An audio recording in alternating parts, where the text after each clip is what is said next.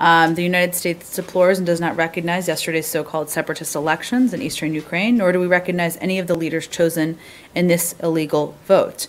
We also welcome statements from the European Union, United Nations, France, Germany, and others rejecting these illegal and illegitimate actions. If Russia were to recognize the so-called elections, it would only serve to isolate it further. In terms of what it will mean for separatists, obviously we have a range of tools. I don't have any prediction on that in terms of what it will mean. Well, forget about the people themselves and whether they might be subject to any additional sanctions or any additional sanctions, but what does this mean in terms of U.S. policy toward the east of Ukraine?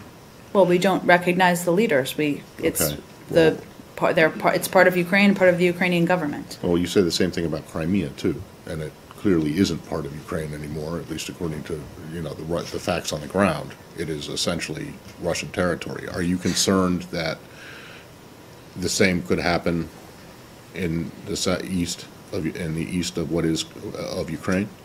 Well, obviously we remain closely watching what's happening on the ground, Matt, and we certainly wanted to make clear that we don't recognize the legitimacy to show that we would not be working with these leaders. And obviously we don't recognize that they are governing these parts of Ukraine.